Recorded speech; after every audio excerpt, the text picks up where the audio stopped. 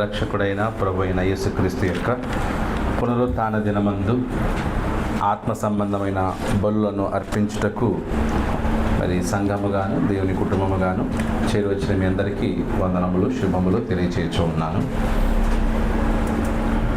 ఈ యొక్క గొప్ప దినం సహవాసంగా మనం కలిసి దేవునికి ఆరాధన సమర్పించేటువంటి దినం.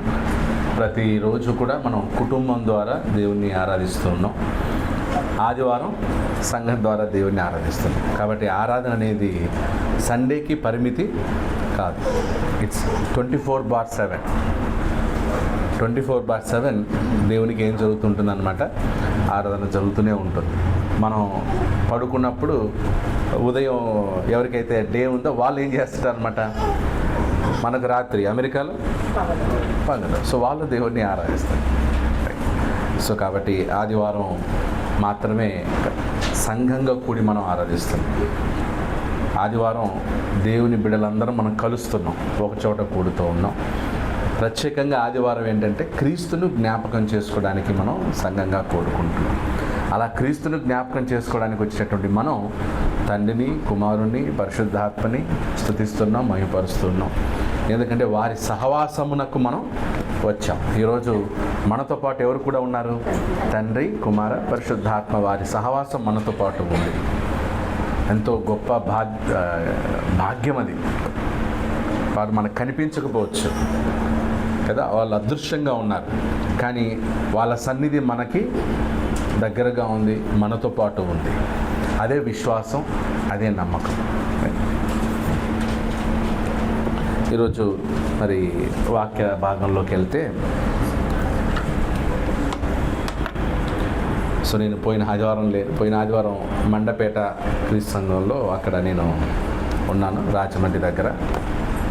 అక్కడ దేవుని వాక్యం చెప్పడం జరిగింది. అలాగే సోమవారం gospel meeting, open gospel meeting, అలాగే మంగళవారం ఓపెన్ గాస్పుల్ మీటింగ్. అంటే 2 రోజులు అక్కడ వాక్య పరిచయం చేసి రావడం జరిగింది. మీరు ఒకవేళ వీలుంటే నా యొక్క వీడియోస్ చూడొచ్చు. సండే టు సండేని వాళ్ళు ఒక ప్రోగ్రాం ఏర్పాటు చేస్తారు, మండపేట క్రీస్తు సంఘం వారు. సో దానికి నన్ను మరి ఆహ్వానించారు, అక్కడికి వెళ్ళి రావడం జరిగింది. అలాగే ఈ వారం కూడా ప్రయాణాలు ఉన్నాయి. దేవుడి చిత్తం అయితే ప్రయాణాలన్నీ కూడా ముగించుకొని మీ మధ్యకి మరలా దేవుడు నన్ను చేర్చాలని కోరుచున్నాను. క్రిస్టాలజీస్ గురించి మనం ఆలోచిస్తున్నాం. గుర్తుందా, పోయిన వారం ఏం ఆలోచించాం? క్రిస్టాలజీలో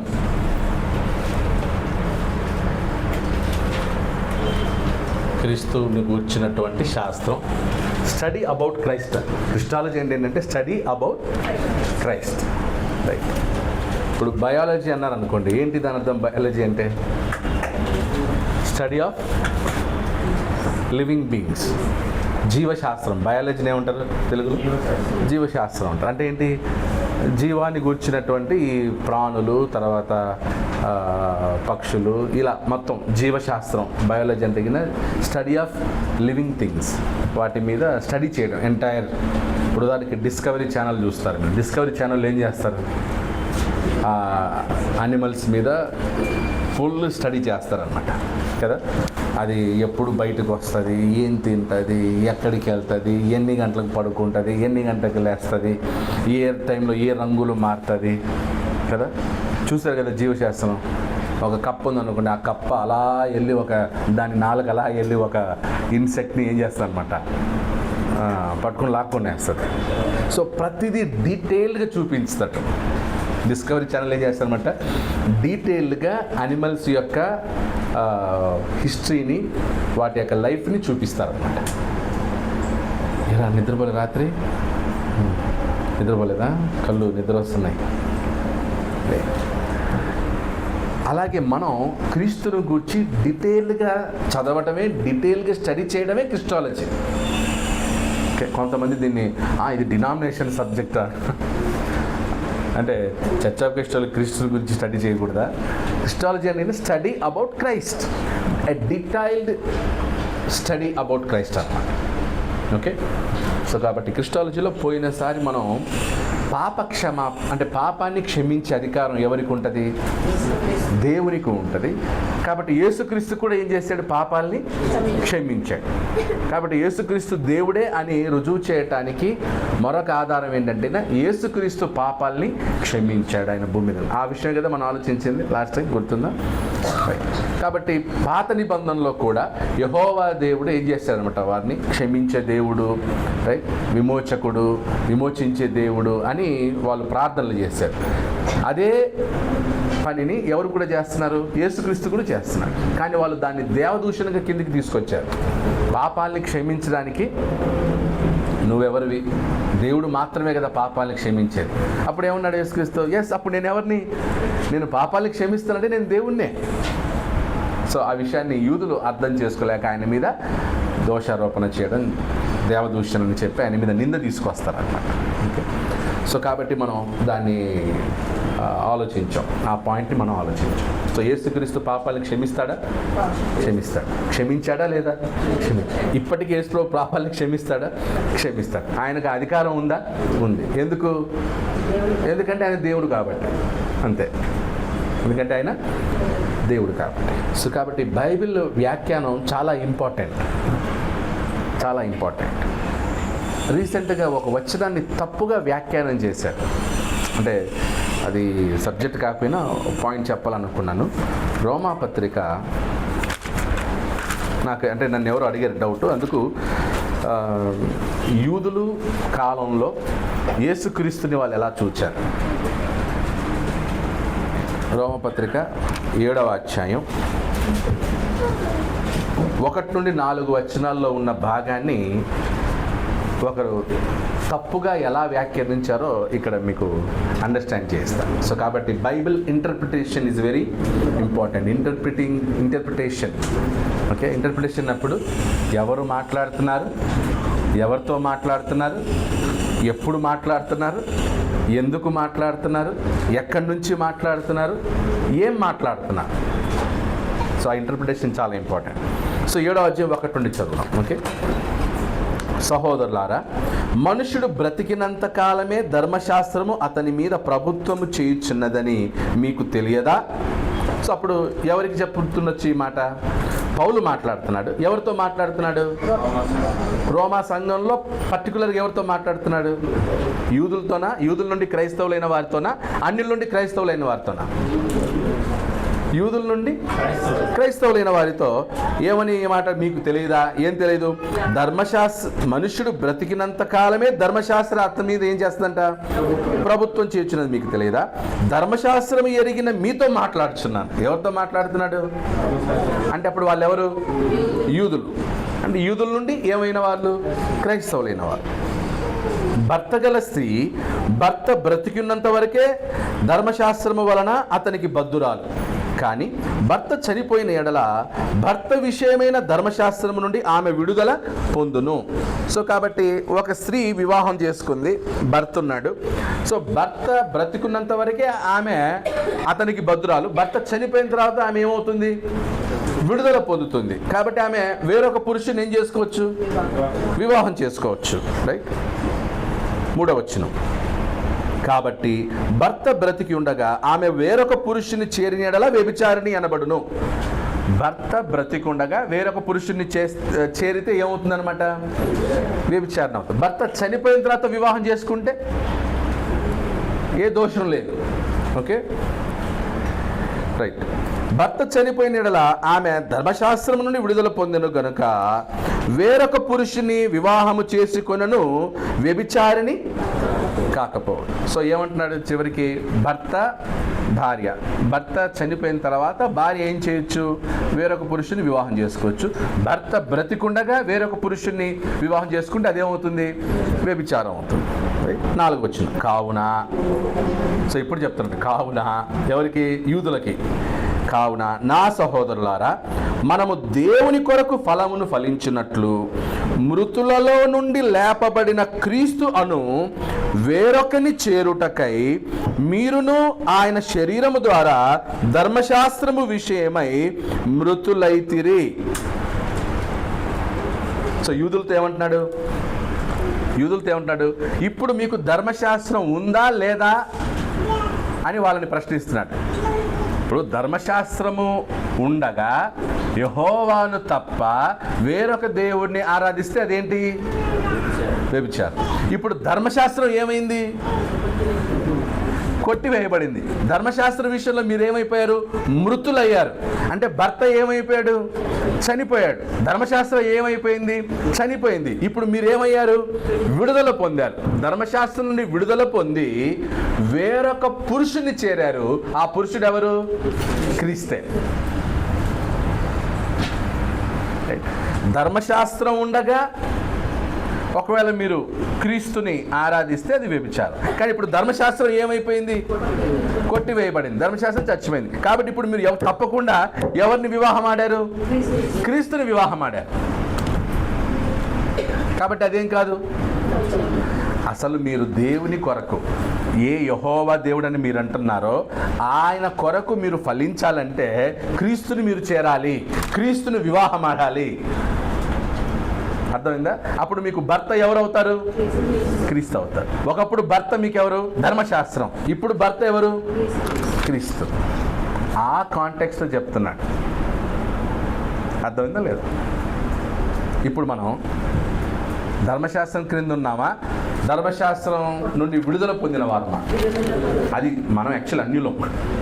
మనకు ధర్మశాస్త్రానికి అసలు ధర్మశాస్త్రం ఉన్నటువంటి యూదులకే చెప్తున్నాడు ఏమని? అసలు మీకు ధర్మశాస్త్రం ఇంకా లేదు, మీ మీద ప్రభుత్వం చేయదు, ధర్మశాస్త్రం కొట్టివేయబడింది, ధర్మశాస్త్రం నుంచి విడుదల పొందారు, ధర్మశాస్త్ర విషయంలో మీరు మృతులయ్యారు. కాబట్టి ఇప్పుడు ఎవరిని చేరారు మీరు? క్రీస్తు అను వేరొక పురుషుడు.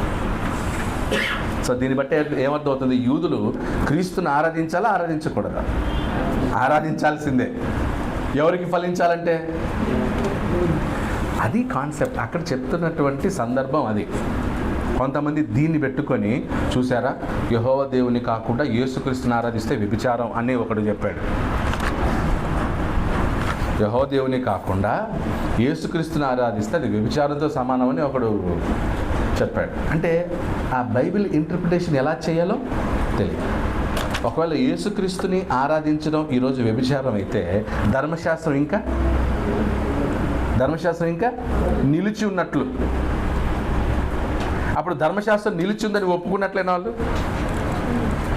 మరి అంటే ధర్మశాస్త్రం కొట్టివేయబడిందని చెప్తూనే మళ్ళీ ధర్మశాస్త్రం ఉందని చెప్తున్నారు. ఏది? So that is interpretation. Bible యొక్క ఇంటర్ప్రిటేషన్ చాలా ఇంపార్టెంట్. ఎస్, వాస్తవమే. ఎప్పటికి సంబంధించింది అది? ధర్మశాస్త్రం బ్రతికుండగా సంబంధించింది. ధర్మశాస్త్రం చచ్చిపోయి నేటికి ఎన్ని సంవత్సరాలు అయింది? 2000 సంవత్సరాలు. అప్పుడు క్రీస్తుని వివాహం ఆడి ఎన్ని సంవత్సరాలు అయింది? అర్థమవుతుంది. సో కాబట్టి ఈరోజు సంఘానికి భర్త ఎవరు? సంఘానికి భర్త క్రీస్తు. ఓకేనా? ఈ కంపారిజన్ ఫ్రమ్ ద బిగినింగ్ నుంచి వస్తుంది. ఈ కంపారిజన్ ఫ్రమ్ ద పాత నిబంధనలో కూడా భర్త స్థానంలో దేవుడు ఉన్నాడు, భార్య స్థానంలో దేవుని ప్రజలు ఉన్నారు. అందుకే మన దేశంలో పతియే ప్రత్యక్ష. ఈ కాన్సెప్ట్ ఇక్కడి నుంచి వచ్చిందే. భర్తే దైవము. సో ఎందుకంటే పాత నిబంధనలో భర్త స్థానంలో ఎవరున్నారు?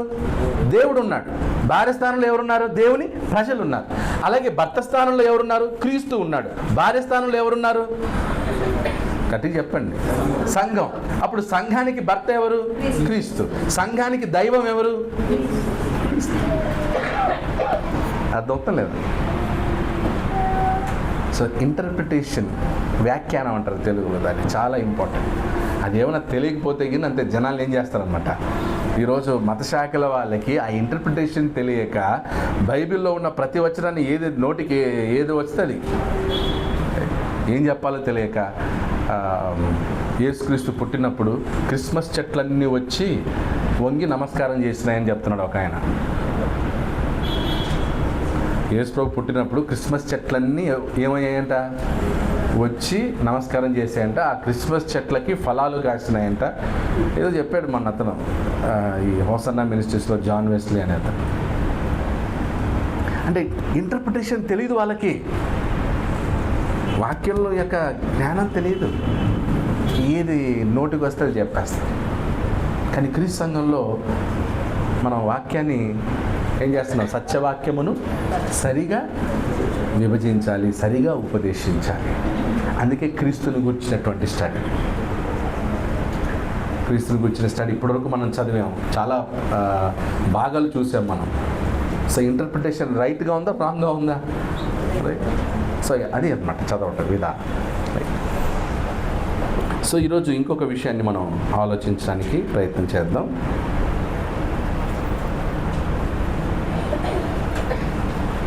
యెషయా గ్రంథంలో ఉన్న, సో మనం ఏ భాగంలో ఉన్నాం? ప్రత్యక్షతలు కదా, manifestation of Christ in Old Testament. Third భాగంలో చూస్తున్నాం కదా. సెకండా? Okay, sorry.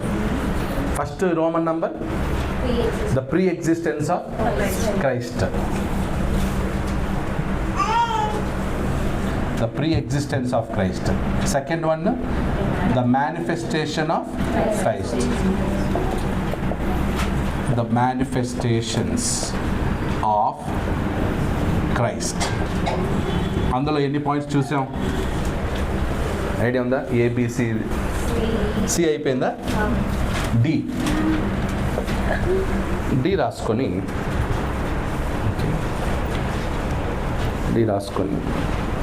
యెషయా గ్రంథంలో యేసుక్రీస్తుని గుర్చినటువంటి స్టడీ చూడబోతున్నాం.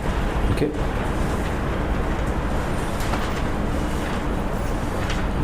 యెషయా గ్రంథం 45 డిలో 1 వేసుకోండి. యెషయా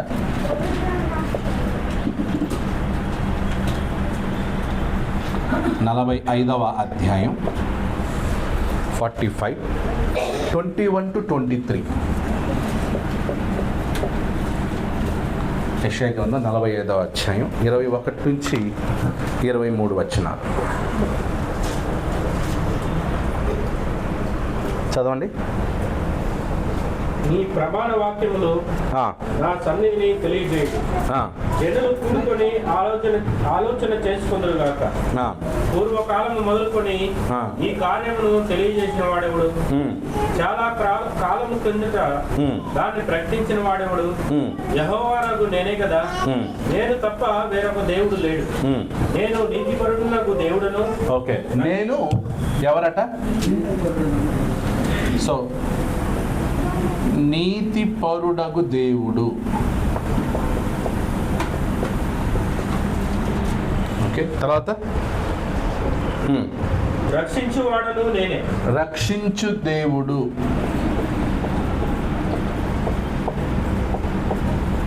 ఓకే, సో ఇంగ్లీష్లో అయితే just and saviour. Just saviour. Okay, so అంటే God is just, God is saviour. Okay, నేను తప్ప మరి ఏ దేవుడును లేడు. భూదిగంతముల వాసులారా నా వైపు చూచి రక్షణ పొందుడి.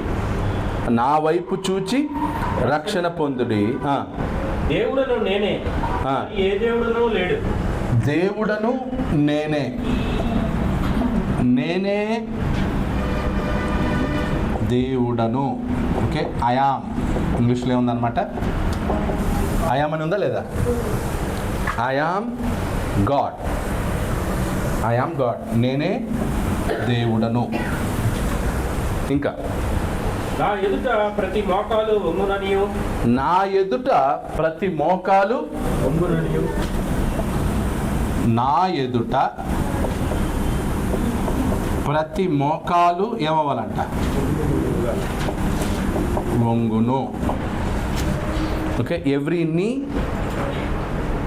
Shall that unto me every knee shall bow. ఉందా లేదా? ఓకే, ఇంకా ప్రతి నాలుకయు నా తోడని ప్రమాణం చేయుననియు. ప్రతి నాలుక ఏం చేస్తుందంట? నా తోడని ప్రమాణం. నా తోడని ప్రమాణము చేయును. నా తోడని ప్రమాణము చేయును. అంతేనా?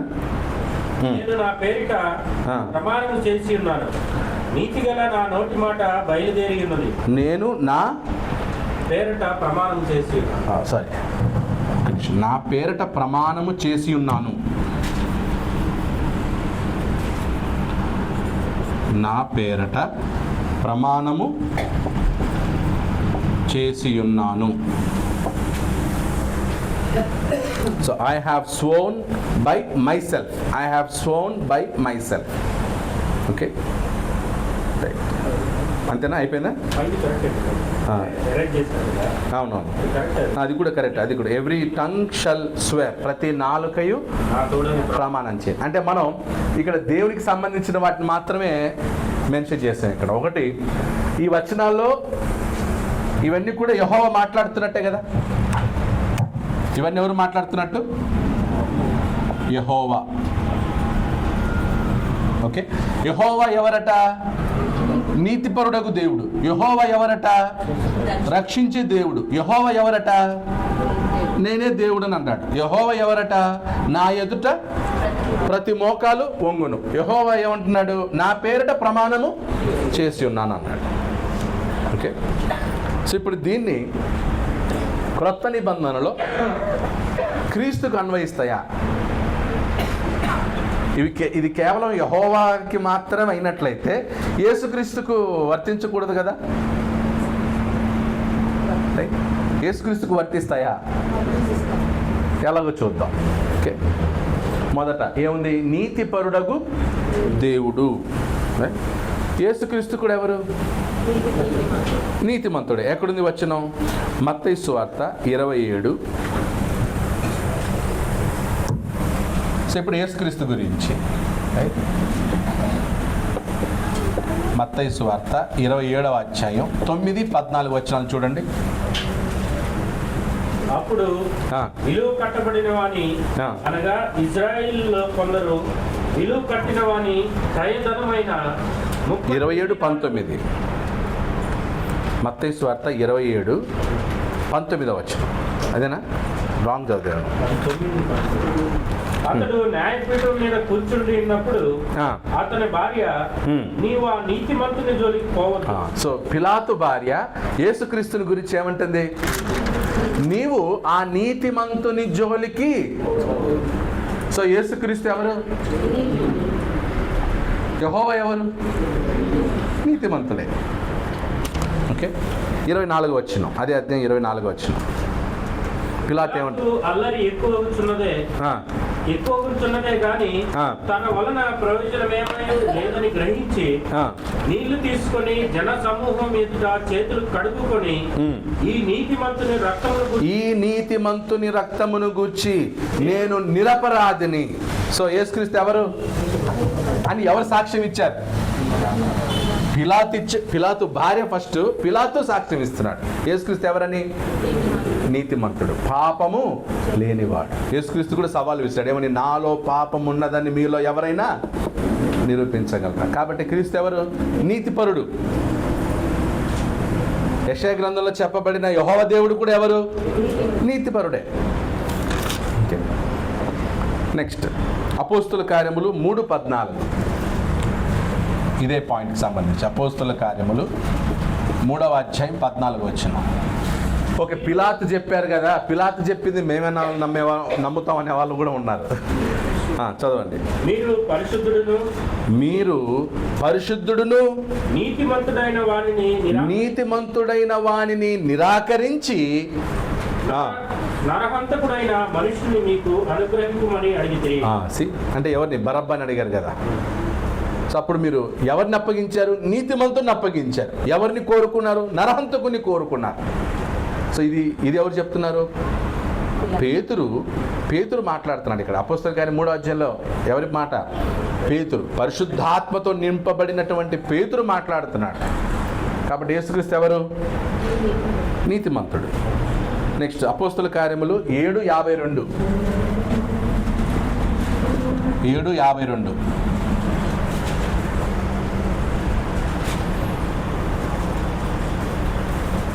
మీ పితరులు ప్రవక్తల్లో ఎవరిని హింసింపగలిగినది ఆ నీతిమంతుని రాకను గూర్చి ఆ నీతిమంతుని రాకడను గూర్చి ముందు తెలిపిన వారిని చంపిరి. అంటే నీతిమంతుని రాకడను గురించి చెప్పినటువంటి ప్రవక్తల్ని కూడా ఏం చేశారు? మీ పితరులు చంపేశారు. సో ఆ నీతిమంతులు ఎవరు? యేసుక్రీస్తు. ఎవరు చెప్తున్నారు ఈ మాట?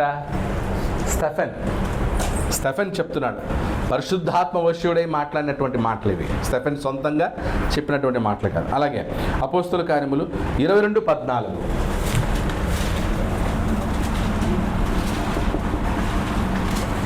అపోస్తుల కార్యములు 22:14 వచ్చిన. అప్పుడు అతడు మన పితరుల దేవుడు తన చిత్తమును తెలుసుకొనుటకును ఆ నీతిమంతుని చూచుటకును ఆయన నోటి మాట వినుటకును నిన్ను నియమించి ఉన్నాడు. ఓకే, ఎవరు ఆ నీతిమంతుడు? యేసుక్రీస్తు. తండ్రి అయిన దేవుడే ఆ నీతిమంతుణ్ణి నియమించి ఉన్నాడు. నెక్స్ట్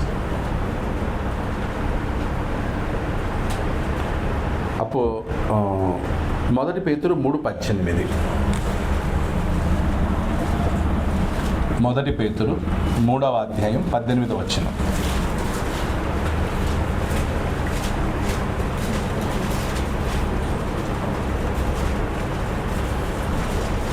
ఏలైనగా మనలను దేవుని ఎదురు తెచ్చుటకు అనీతిమంతుల కొరకు నీతిమంతుడైన క్రీస్తు శరీరం విషయంలో చంపబడి ఆ నీతిమంతుడైన క్రీస్తు శరీరములో ఏమయ్యాడంట? చంపబడ్డాడు. ఎందుకు? అనీతిమంతులను దేవుని దగ్గరికి రప్పించడానికి. అనీతిమంతులను దేవుని దగ్గరికి రప్పించడానికి నీతిపరుడైన క్రీస్తు శరీరమందు చంపబడెను. నెక్స్ట్ ప్రకటన 15:3. ప్రకటన 15వ అధ్యాయం 3వ వచనం. వారు ప్రభువా దేవా సర్వాధికారి, నీ క్రియలు ఘనమైనవి, ఆశ్చర్యమైనవి, యుగములకు రాజా, నీ మార్గములు న్యాయములను సత్యములనైనవి. ప్రభువా నీవు మాత్రము పవిత్రుడవు, నీకు భయపడిన వాడెవడు? నీ నామమును మహింపరిచిన వాడెవడు? నీ న్యాయ విధులు ప్రత్యక్షపరచబడినవి గనుక జనులందరూ వచ్చి నీ సన్నిధిని నమస్కారం చేసిదరని చెప్పుచు దేవుని దాసులకు మోషే కీర్తనయు గొర్రెపిల్ల కీర్తనయు పాడుతున్నారు. ఓకే, సో క్రీస్తు ఎవరంట? ఉందా లేదా? ప్రభువా నీవు మాత్రము పవిత్రుడవు. సో 15:3 వచ్చిన కదా చదివిండేది. And they sing the song of Moses, the servant of God, and the song of the Lamb, saying, Great and marvelous are thy works, Lord God Almighty. Just and true are thy ways. నీ మార్గములు, అది తెలుగులో miss అయినది కదా, ఉందా? నీ మార్గములు ఎలా అంట? న్యాయములను సత్యములునై ఉన్నాయి. న్యాయము అంటే నీతి, జస్ట్. నీతి ఇంగ్లీష్లో ఏమో జస్ట్ అన్నారు, తెలుగులో న్యాయము. సో ఈ వచనాలన్నీ కూడా యేసుక్రీస్తు ఎవరని తెలియజేస్తున్నాయి? నీతిమంతుడు. నెక్స్ట్ యెహోవా ఎవరట? రక్షించు దేవుడు. మరి యేసుక్రీస్తు రక్షిస్తాడా? చూద్దాం వచ్చినాక. ఎక్కడుంది? లూకా 2:11.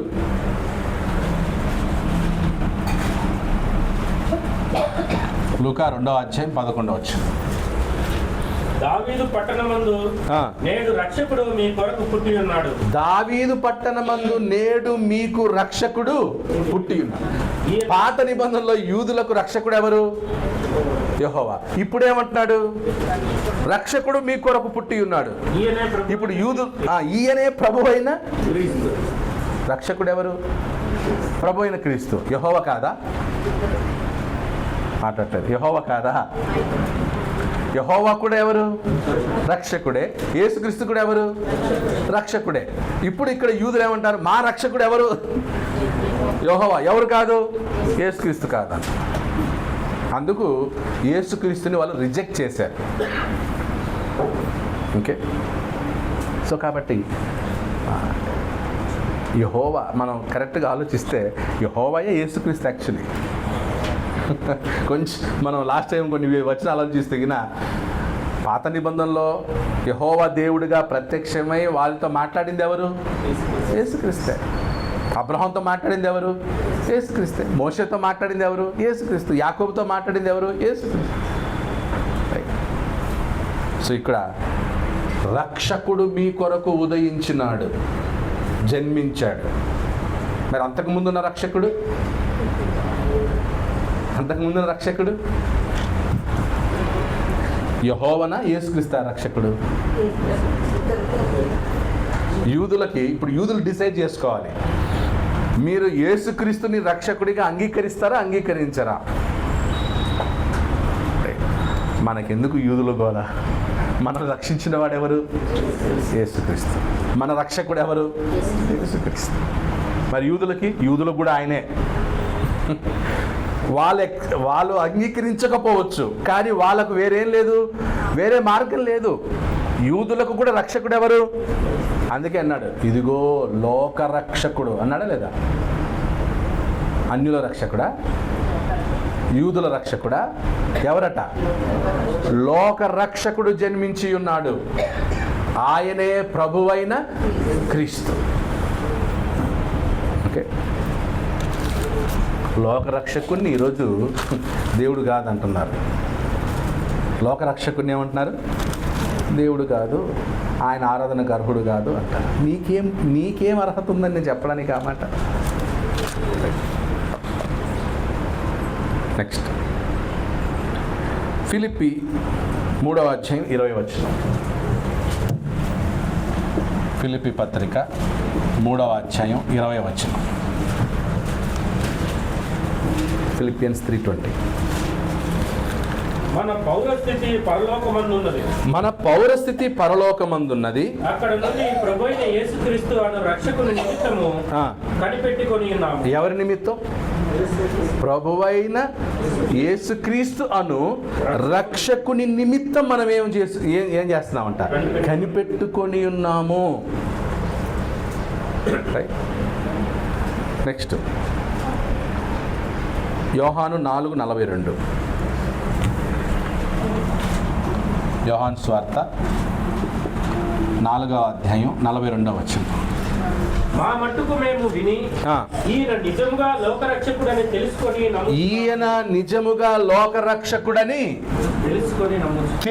నమ్ముచున్నాం. ఎంత అద్భుతమైన మాట్లాడు. అంటే మేము గుడ్డిగా నమ్మలే, యేసుక్రీస్తుని మేము గుడ్డిగా నమ్మలేదు, లేదా ఎవరు చెప్తే లేదు, మేము తెలుసుకొని నమ్ముచున్నాం అన్నాడంటే. ఈయన లోకరక్షకుడని తెలుసుకొని, అంటే వీళ్ళు ఏం చేశారు? తెలుసుకున్నారంటే దాని అర్థం ఏంటి? రీసెర్చ్ చేశారు, డిస్కవరీ చేశారు, పరిశీలించారు, పరీక్షించారు, తెలుసుకొని నమ్మాం. ఈరోజు మనం కూడా వాక్యాన్ని తెలుసుకోవాలా, లేకపోతే గుడ్డిగా చదువుకుంటూ పోవాలా? తెలుసుకోవాలి. అందుకే నేను ఎందుకు ఇంత వివరంగా మీకు చెప్తున్నాను? మీరు వాక్యం ఏం చేయాలి? తెలుసుకొని నమ్మాలి క్రీస్తుని, తెలుసుకొని క్రీస్తునందు ఆనందించాలి, తెలుసుకొని క్రీస్తును రక్షకుడుగా అంగీకరించాలి. రేపు మీరు మా ప్రశాంత్ బ్రదర్ అలా చెప్పాడు కాబట్టి మేము నమ్ముతున్నామంటే అప్పుడు మీరు ఎవరు? రైటా రాంగా? ఎప్పుడు కూడా మా సువార్తికుడు చెప్పాడు, మా బోధకుడు చెప్పాడు, మా నాన్న చెప్పినాడు, ఇట్లా మా మామ చెప్పినాడు అంటే ఇక కుదరదు. ఏం చేయాలి మీరు? మేము వాక్యాన్ని తెలుసుకొని నమ్ముతున్నాం. వ్యత్యాసం ఉందా లేదా? కాబట్టి మీరు వాక్యాన్ని తెలుసుకొని నమ్మాలి, వాక్యాన్ని తెలుసుకొని జీవించాలి, వాక్యాన్ని తెలుసుకొని అనుసరించాలి. ఈరోజు ఏమైపోయిందంటే, మేము చిన్నప్పుడు మా బోధకుడు అలా చెప్పాడు కాబట్టి మేము ఇలాగే ఉన్నాం. లేరా అలా? ఏమోనండి ఇవన్నీ మాకు తెలీదు, మా పాస్ట్ ఏం చెప్తే అది. ఆయన కొండ ఎక్కమంటే ఎక్కుతాం, గుండు గీసుకోమంటే గీసుకుంటాం, ఏం చెప్తే అదేనండి. మరి వాక్యం అంటే వాక్యం అవన్నీ మాకు తెలియదండి. క్రీస్తు అలా ఉండకూడదు. వాక్యము తెలుసుకొని, మేబీ నేను రాంగ్ అవ్వచ్చు, కానీ వాక్యం మాత్రం ఎప్పుడు 20 సంవత్సరాల క్రితం చెప్పిన బోధకులు రాంగ్ అయ్యుండొచ్చు, కానీ వాక్యం మాత్రం రాంగ్ కాదు. బోధకుడు చెప్పింది మనం నమ్మాలా, వాక్యంలో ఉన్నది నమ్మాలా? చాలా important. Next 2 Timothy 1:10. 2 Timothy 1:10. 2 Timothy 1:10.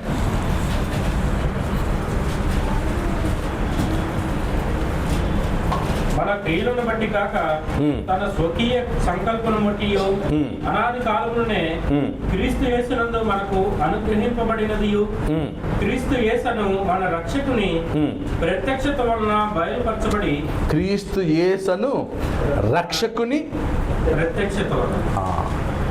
So క్రీస్తు యేసును రక్షకుడు. సో పౌలు చెప్పాడు, యోహాన్ చెప్పాడు. యేసుక్రీస్తు కాలంలో వారు ఏం చేశారనమాట, సమరయులు చెప్పారు. అలాగే లూకా 2లో గబ్రియేలు దూత చెప్తున్నాడు ఏమని, రక్షకుడు ఎవరని. యెహోవా రక్షకుడే, యేసుక్రీస్తు రక్షకుడే. క్లియర్? సో అప్పుడు యెషయా చెప్తున్నది ఎవరి గురించి అయి ఉండాలి? ఎవరి గురించి అయి ఉండాలి? యేసుక్రీస్తు గురించి అయి ఉండాలి. నెక్స్ట్ మత్తయి 1:20. మత్తయి 1:20 ఏముంది?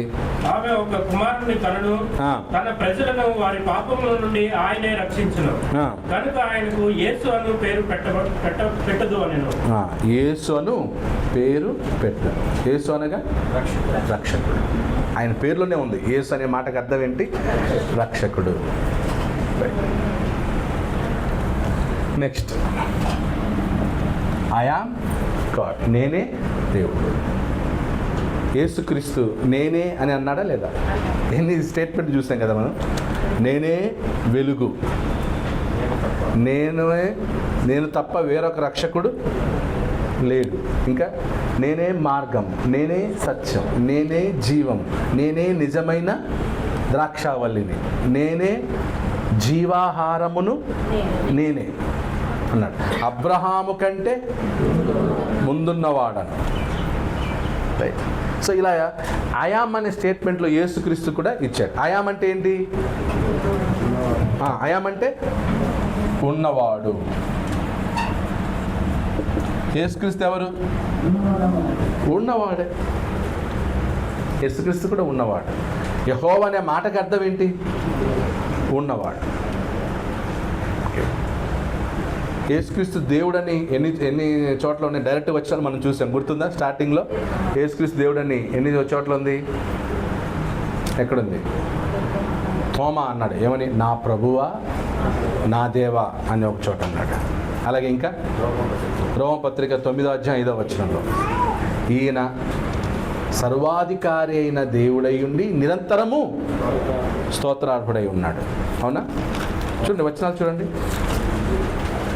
యేసుక్రీస్తు కూడా దేవుడు, ఉన్నవాడు. ఒకటి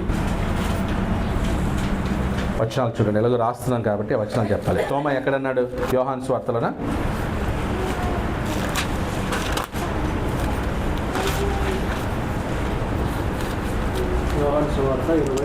యోహాను సువార్త 20:28. అందుకు తోమా నా ప్రభువా నా దేవా. ఓకే, నా ప్రభువా నా దేవా అన్నాడు. నెక్స్ట్ రోమా 9:5 చదవండి. ఇతరులు వీరివారు శరీరమును బట్టి క్రీస్తు వీరిలో పుట్టెను. ఈయన సర్వాధికారి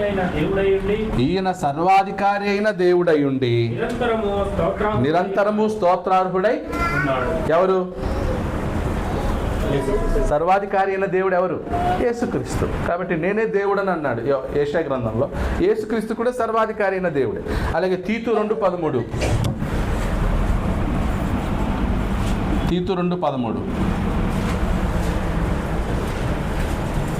చదవండి. అనగా మహాదేవుడును మన రక్షకుడునైన యేసుక్రీస్తు. అక్కడ కూడా రక్షకుడు అన్నాడు. మహాదేవుడును మన రక్షకుడునైన యేసుక్రీస్తు. క్లియర్? సో రక్షకుడు ఎవరు? యేసుక్రీస్తు. ఆ రక్షకుడు ఎవరట? మహాదేవుడు. ఓకే, అలాగే 1 యోహాను అనుకుంటాం కదా, 1 యోహాను 5 లాస్ట్ వచనంలో ఉంటుంది, నిజమైన దేవుడు అనే మాట ఉంటుంది. చూడండి, దేవుని కుమారుడైన యేసుక్రీస్తు నందున్న వారమై సత్యవంతునై ఉండున్నాము. ఆయనే నిజమైన దేవుడును నిత్య జీవమునై ఉన్నాడు. ఎవరు? యేసుక్రీస్తు. 5 ఎన్నో వచనం? 20 5:20. లాస్ట్ టైం గుర్తుందా? యేసుక్రీస్తు నిత్య జీవమై ఉన్నాడు అనే పాయింట్ గురించి మాట్లాడారు. యేసుక్రీస్తు నిత్య జీవం అని ఓన్లీ ఆ విషయం మీదనే, సబ్జెక్ట్ మీద ఒక పాఠం చెప్పాను. యేసుక్రీస్తు నిత్య జీవం చాలా రోజుల క్రితం. ప్రకటన 1:8 ఏముంది అంటే యేసుక్రీస్తు దేవుడని డైరెక్ట్గా చెప్పే వచనాలు ఇవన్నీ. ప్రకటన 1:8 ఉంది. యెషయా గ్రంథం ప్రవచన యెషయా గ్రంథం 9:6 ఏముంది? ఏలైనగా మనకు శిశువు అనుగ్రహింపబడెను.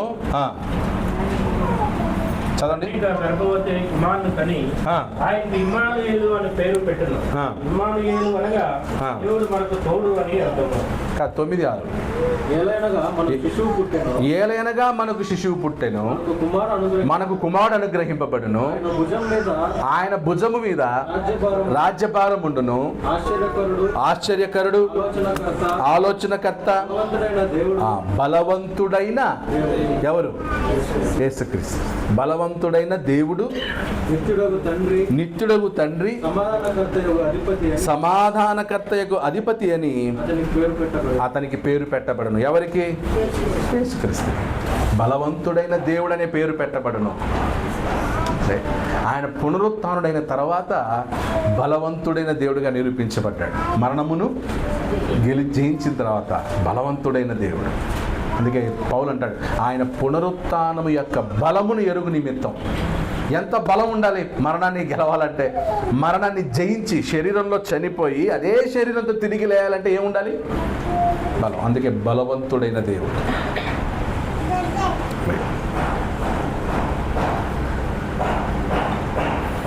నెక్స్ట్ ఇంకోటి, నా ఎదుట ప్రతి మోకాలు వంగునన్నాడు.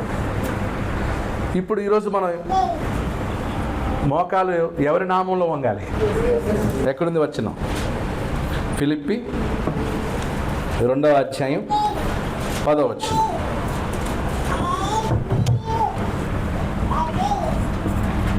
ఫిలిప్పి 2:10 చదవండి. అందుచేతను పరలోకమందున్న వారిలో గాని భూమి మీద ఉన్న వారిలో గాని భూమి క్రింద ఉన్న వారిలో గాని ప్రతి వాని మోకాలును యేసు నామమున వంగునట్లును ప్రతి వాని నాలుకయు తండ్రి అయిన దేవుని మహిమార్థమై యేసుక్రీస్తు ప్రభువని ఒప్పుకున్నట్లును దేవుడు ఆయనను అధికముగా హెచ్చించి ప్రతి నామమునకు పైనామమును ఆయనకు అనుగ్రహించెను. ఎవరికి? సో అన్ని నామాల కంటే పైనామం ఏది? యేసుక్రీస్తు నామం, ఆయన పేరు. కాబట్టి ఇప్పుడు ఆయన పేరట ప్రతి మోకాలు ఏమవ్వాలంట? వంగాలి. సో యెషయా చెప్తున్నాడు, నా ఎదుట ప్రతి మోకాలు వంగును అన్నాడు. యేసుక్రీస్తు ఎదుట ఈరోజు మనం ఏం చేస్తున్నాం? అదే నమస్కారం. వంగటం అంటే ఏంటి? మోకరించడం అంటే ఏంటి? ఆరాధించటం, సాష్టాంగ పడడం. యేసుక్రీస్తుకి సాష్టాంగ పడవచ్చా? పడాలి. మొక్కాలా యేసుక్రీస్తుని? మొక్కాలి. పూజించాలా యేసుక్రీస్తును? పూజించాలి. సో కాబట్టి పాత నిబంధనల యెషయా గ్రంథంలో నా ఎదుట ప్రతి మోకాలు వంగును, ప్రవచనం నెరవేర్పు క్రీస్తు. రీజన్ కూడా చెప్పాడు. ఎందుకంటే ఆయన దాసుని ఏమన్నాడు చూడండి 6వ వచనంలో, ఆయన దేవుని స్వరూపము కలిగిన వాడయుండి దేవునితో సమానముగా ఉండుట విడిచిపెట్టకూడని భాగ్యమని ఎంచుకొనలేదు గాని మనుషుల పోలికగా పుట్టి దాసుని స్వరూపము ధరించుకొని తన్ను తానే రిక్తునిగా చేసుకొనెను. ఆకారమందు మనుషుడిగా కనబడబడి మరణము పొందినంతగా, ఆయన శిలువ మరణము పొందినంతగా విధేయత చూపిన వాడై తన్ను తాను తగ్గించుకొనెను. అందుచేత పరలోకంలోను భూలోకంలోను ఎవరి నామము? పైనామం క్రీస్తు నామమే. పరలోకంలోను భూలోకంలోను అత్యధికమైన నామం ఏదన్నమాట? క్రీస్తు. అత్యధికముగా హెచ్చించి ఎవరు చేశారు ఈ పని? తండ్రి చేశాడు. తండ్రి అయిన దేవుడు తన కుమారుని యొక్క నామమును ఏం చేశాడంట? పరలోకంలోను భూలోకంలోను హెచ్చించాడు. మనం ఎవరో గడగడానికి. నెక్స్ట్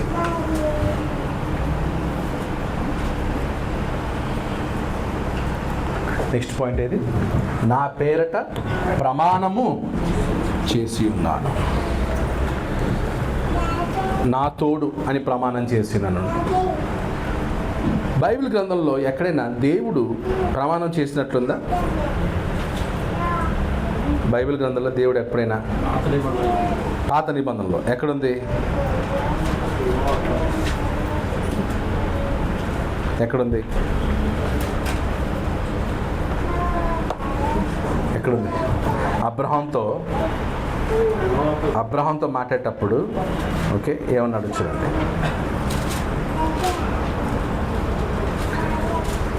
ఫస్ట్ వెళ్ళిపోదాం, హెబ్రీ పత్రిక వెళ్దాం. ఫస్ట్ హెబ్రీ పత్రిక చూద్దాం. హెబ్రీ పత్రిక 6వ అధ్యాయం 13వ వచనం.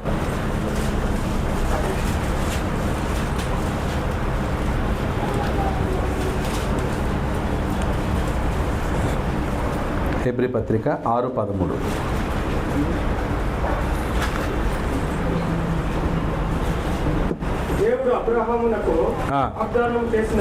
దేవుడు అబ్రహామునకు వాగ్దానము చేసినప్పుడు తనకంటే ఏ గొప్పవాని తోడు అని ప్రమాణము చేయలేకపోయెను గనుక తన తోడు అని ప్రమాణము చేసి నిశ్చయముగా నేను నిన్ను ఆశీర్వదింతును, నిశ్చయముగా నిన్ను విస్తరింపజేతును అని చెప్పాను. ఎవరు చెప్పారు? అబ్రహాంతో ఎవరు చెప్పారు? దేవుడు. ఇంకా అక్కడ యెహోవా అనే నామం ఇంకా ఏం కాలేదు? రివీల్ కాలేదు. అబ్రహాంతో దేవుడు ఎలా ప్రత్యక్షుడు? సర్వశక్తి గల దేవుడు. సో సర్వశక్తి గల దేవుడు అబ్రహాంతో ఏమంటున్నాడు? అబ్రహాముని నేను నిన్ను ఆశీర్వదించుదును, నిశ్చయముగా నిన్ను విస్తరింపజేస్తాను, ఆకాశంలో ఉన్న నక్షత్రాల వలె సముద్రంలో ఉన్న ఇసుకల వలె నీ సంతానాన్ని ఏం చేస్తాను? విస్తరింపజేస్తానన్నాని ఇప్పుడు ప్రమాణం చేయాలిగా. గ్యారంటీ అనే దానికి ఏం చేయాలి? తోడు అని చెప్పాడు. అప్పుడు తనకంటే ఎవరైతే గొప్ప వాళ్ళు ఉంటారో వాళ్ళతో వాని తోడని ప్రమాణం చేయాలి. ఇప్పుడు చాలాసార్లు తల్లి మీద ప్రమాణం చేసే వాళ్ళు ఉన్నారు కదా, అమ్మ మీద ప్రమాణం చేస్తారు. ఎందుకు? తనకంటే గొప్పది కదా తల్లి, అందుకే మా అమ్మ తోడు అనే ప్రమాణం చేసే వాళ్ళు ఉన్నారు. నాయన తోడని ఎవరు ప్రమాణం చేయరు. ఎందుకంటే అమ్మకి అంత విలువ ఉంది. అమ్మ పేరట ప్రమాణం చేస్తే చాలా వాల్యూ అన్నమాట. అప్పుడు నమ్మేవాడు కూడా నమ్ముతాడు, వీడు అమ్మ మీద ప్రమాణం చేస్తుంటే తప్పకుండా ఆ మాట మీద నిలబడతాడని వస్తుంది. ఎందుకంటే ఈయన ఎవరు కూడా అమ్మ మీద ప్రమాణం చేసి ఆ మాట తప్పడు. ఇప్పుడు దేవుడు తనకంటే ఉన్నతమైన వాడు ఇంకెవరున్నారు? తనకంటే గొప్పవాడు ఇంకెవరున్నారు? ఎవరు లేరు. కాబట్టి దేవుడు ఏం చేయాల్సి వచ్చింది? నా తోడు అని ప్రమాణం చేయాల్సి వచ్చిందంట. సో ఇప్పుడు ఎక్కడ అది సందర్భం అంటే ఆదికాండం 22వ అధ్యాయం 15 నుంచి 17 చదువుతాం.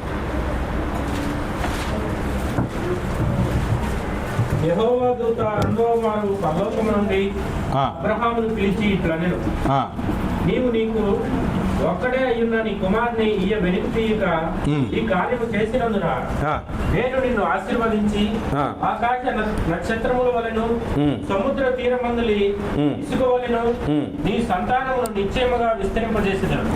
నీ సంతతి వారు తమ శత్రువుల గవిని స్వాధీనపరచుకొందురు.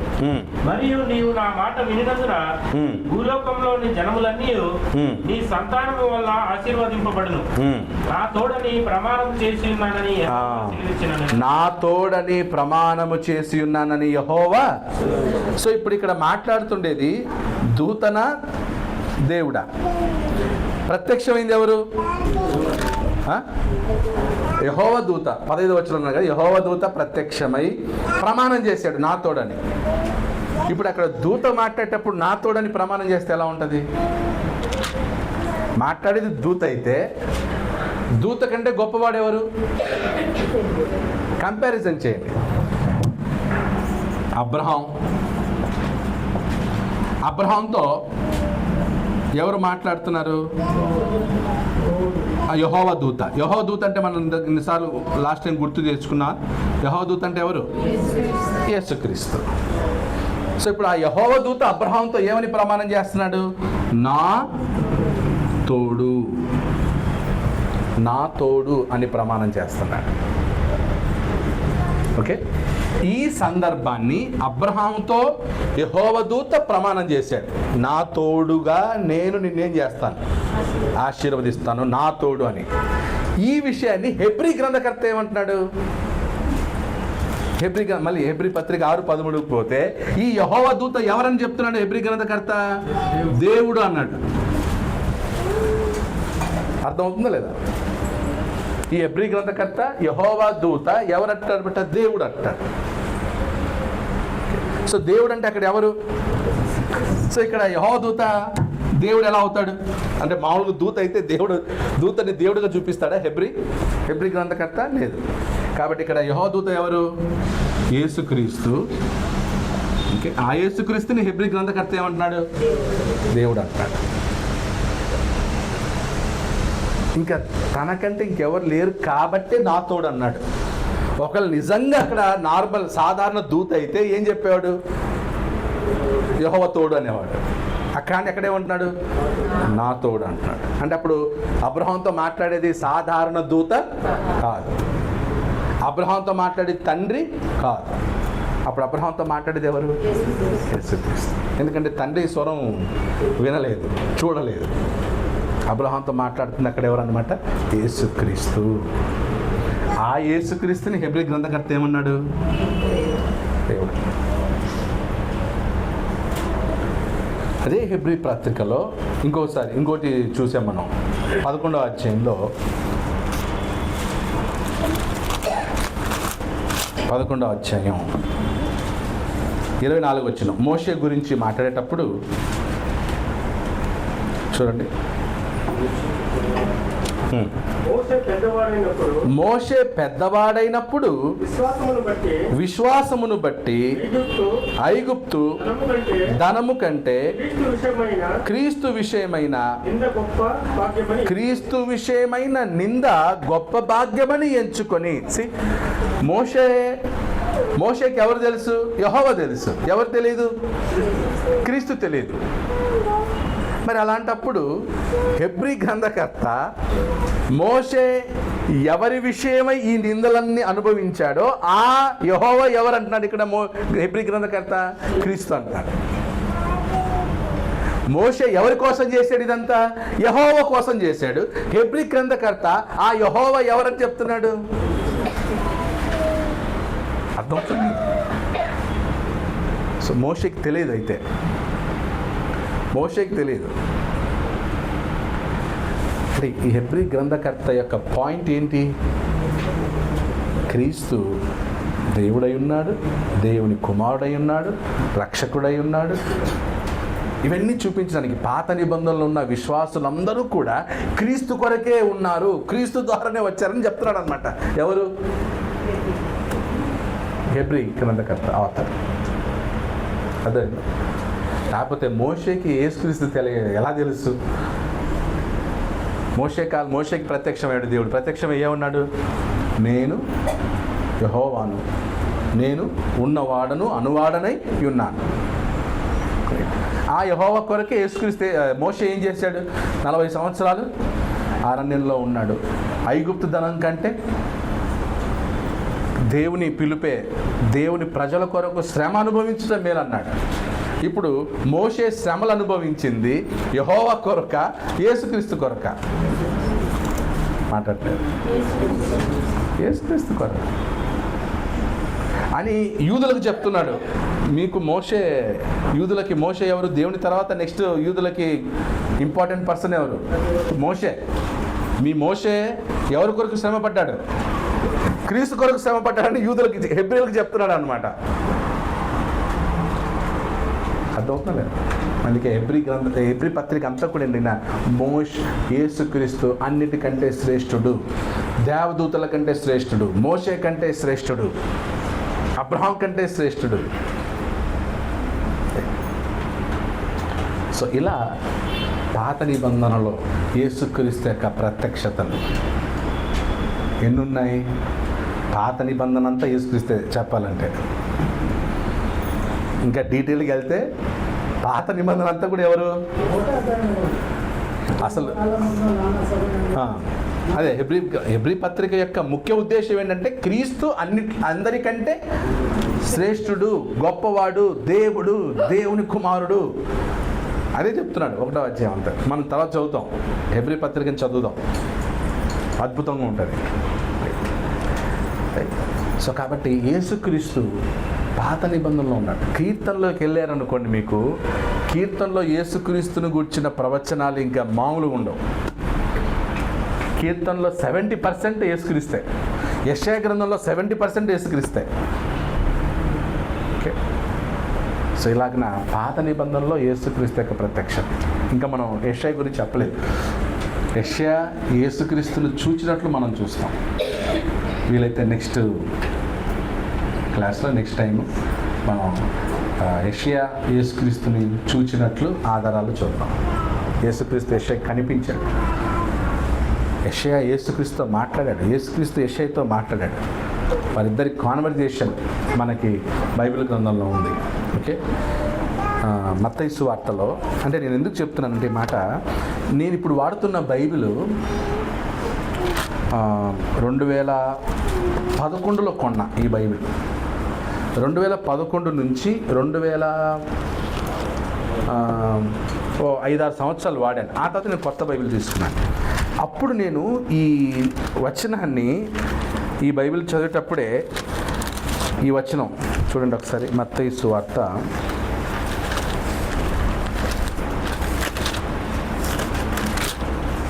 9వ అధ్యాయం, 9 కాదు, యెషయా గురించి చెప్తాడు కదా, ఎక్కడైనా అధ్యాయం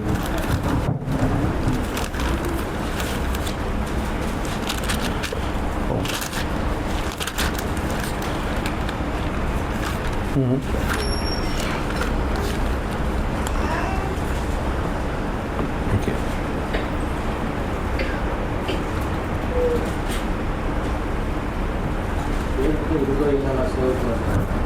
యెషయా కంటే ముందున్నవాడిని యెషయా నాతో మాట్లాడిన మాట అమ్మా. మత్తయి సువార్త 13. ఓకే.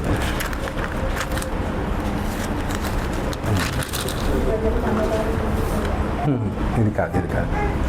ఓకే. నేను మార్కులు ఏమైనా ఉందో చూడండి. మార్క్ కానీ లూకా కానీ, అదే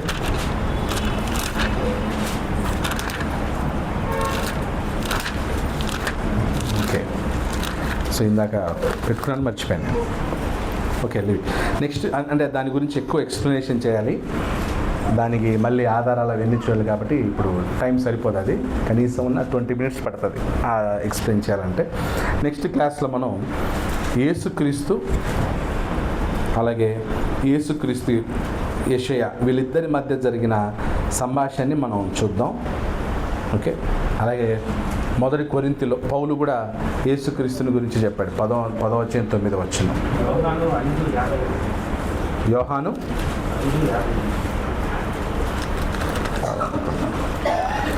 5:50 కాదు 8:50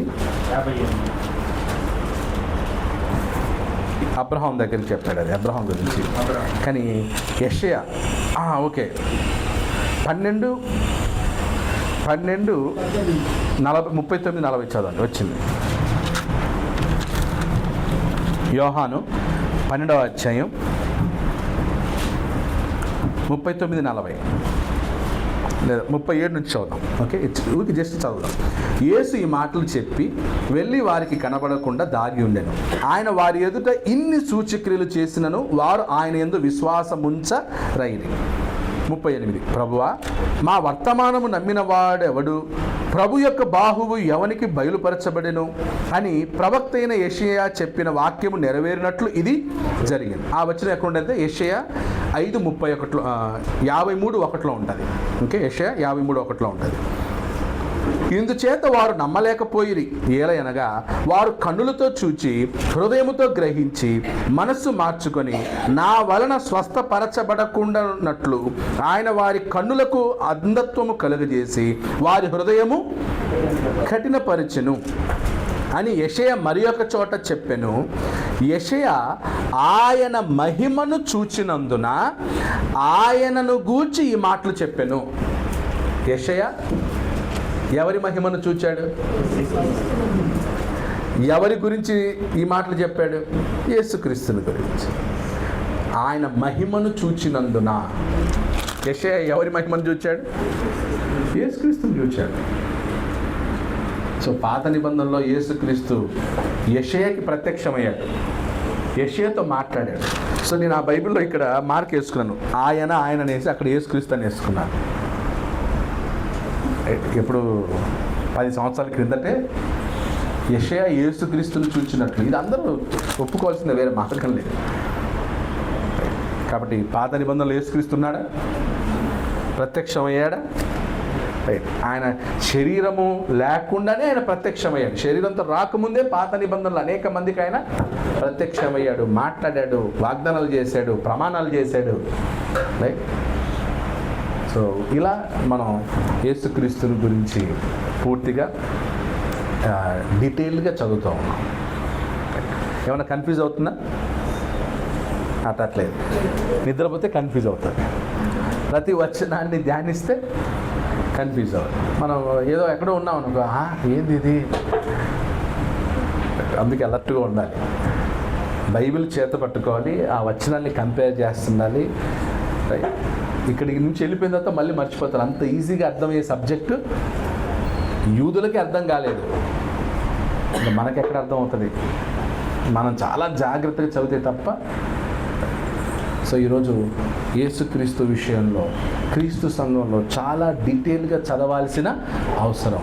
ఎందుకు చెప్తున్నానంటే ఎంత దారుణంగా అయిపోయిందంటే క్రీస్తు సంఘంలో కొంతమంది ఎక్కడైతే యేసుక్రీస్తు రక్షకుడు అని చెప్పాను కదా, పాటలో ఒకవేళ యేసుక్రీస్తు రక్షకుడు అంటేనా అక్కడ యేసుక్రీస్తుని తీసేసి యెహోవాని పెడుతున్నారు. అర్థమైందా? యేసుక్రీస్తుని ఆరాధిద్దామంటే ఆ యేసుక్రీస్తుని తీసి యెహోవాని పెడుతున్నారు కొంతమంది. అందుకే వాళ్ళు యెహోవా సాక్షులు అన్నాం. తెలియని విషయం ఏంటంటే ఆ యెహోవా కూడా యేసుక్రీస్తేరా. వాళ్ళు యెహోవాని పాడినా అది ఎవరికి పాడుతున్నారు? వాళ్ళు అనుకుంటున్నారు మేము ఎవరికి పాడుతున్నామని, తండ్రికి పాడుతున్నామని అనుకుంటారు. కానీ ఆ యెహోవా కూడా ఎవరు? యేసుక్రీస్తు అనే విషయం తెలియదు. అర్థమవుతుందా లేదా? యూదులే కన్ఫ్యూజ్ అయిపోయారు. అన్యుల నుంచి క్రైస్తవులైనటువంటి వాళ్ళు కన్ఫ్యూజ్ అవ్వడంలో తప్పు రాంగ్. సో వాళ్ళు ఇంకా యూదుల పొజిషన్లో ఉన్నారు, యూదుల ప్లేస్లో ఉన్నారు. మన యూదుల్లాగా ధర్మశాస్త్రంలో ఉన్నటువంటి కాలంలాగా ఉండకుండా క్రొత్త నిబంధన క్రింద వచ్చాం. అంటే యూదులకే భర్త చనిపోయాడు, ఇప్పుడు వాళ్ళు ఎవరి దగ్గరికి రావాలి? క్రీస్తును వేరొక పురుషుని చేరాలి. మనకు డైరెక్ట్గా క్రీస్తే, అన్యులైనటువంటి మనకు డైరెక్ట్ క్రీస్తు. మన ధర్మశాస్త్రము క్రింద నుంచి వచ్చిన వాళ్ళము కాదు. ధర్మశాస్త్రం అంటే ఏంటో తెలియదు మనకి, మన అవుట్ సైడర్స్. నేరుగా మనం క్రీస్తు దగ్గరికి వచ్చాం. యూదులు ధర్మశాస్త్రం క్రింద ఉండి ధర్మశాస్త్రం నుండి విడుదల పొంది ఆ తర్వాత ఎవరి దగ్గరికి వచ్చారు? క్రీస్తు దగ్గరికి వచ్చినటువంటి వారు. రైట్. కాబట్టి మనం క్రీస్తును హత్తుకుని ఉన్నాం. శిరస్సును హత్తుకొనని వాడు బహుమానమును అపహరింపనీయకుండా చూచుకునుడి అన్నాడు. బహుమానం అంటే ఇది రక్షణ. ఎవరైతే శిరస్సును హత్తుకొనరో, క్రీస్తును హత్తుకొనరో వారు రక్షణని ఏం చేసినట్టు?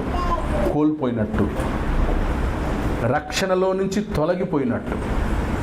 గలతీ 5లో కూడా ఉంది, ఎవడైనా ధర్మశాస్త్రము వలన నీతిమంతుడగుటకు ప్రయత్నించిన ఎడల వాడు క్రీస్తులో నుండి బొత్తిగా వేరు చేయబడ్డాడు. He separated from Christ. ఈరోజు ఎవరైతే క్రీస్తు దేవుడు కాదంటారో they are separated from Christ. క్రీస్తును ఆరాధిస్తుంటే కొంతమంది ఏమన్నా మీరు వ్యభిచారం చేస్తున్నారనే మాట వాడుతున్నారు. క్రీస్తుల నుంచి వాళ్ళు ఏమయ్యారు? బొత్తిగా తొలగిపోయినట్టు. అంత దారుణంగా పడిపోయారు Bible interpretation church of Christ వాళ్ళు. అందుకే బీ కేర్ఫుల్. క్రీస్తును హత్తుకొనని వారు వాళ్ళందరూ. సో దేవుని చిత్తమైతే భవిష్యత్తులో మీరు ఈ జ్ఞానాన్ని మీరు బాగా నేర్చుకోవాలి, తెలుసుకోవాలి, మీ పిల్లలకు నేర్పించాలి. రైట్. సో దీని మీద స్టడీ నేను మొత్తం ప్రింట్ చేసి మెటీరియల్ ఇస్తాను మీకు. అంత అయిన తర్వాత ఇంగ్లీష్లో ఉంటుంది. తెలుగులో చేస్తున్నాను, తెలుగులో చేస్తూ ఉన్నాను. ఒకవేళ అయితే గిన, ఎందుకంటే నేను దాన్ని యాజ్ ఇట్ ఈజ్ ట్రాన్స్లేషన్ చేశాను అనుకోండి, ఈ ఎక్స్ప్లెనేషన్ అంతా రాదు. నోట్స్లో నేను ఇచ్చినంత ఎక్స్ప్లెనేషన్ ట్రాన్స్లేషన్ చేస్తే దొరకదు అన్నమాట. అందుకే మీరు బాగా వినండి, నేర్చుకోండి. అందరికీ వందనాలు.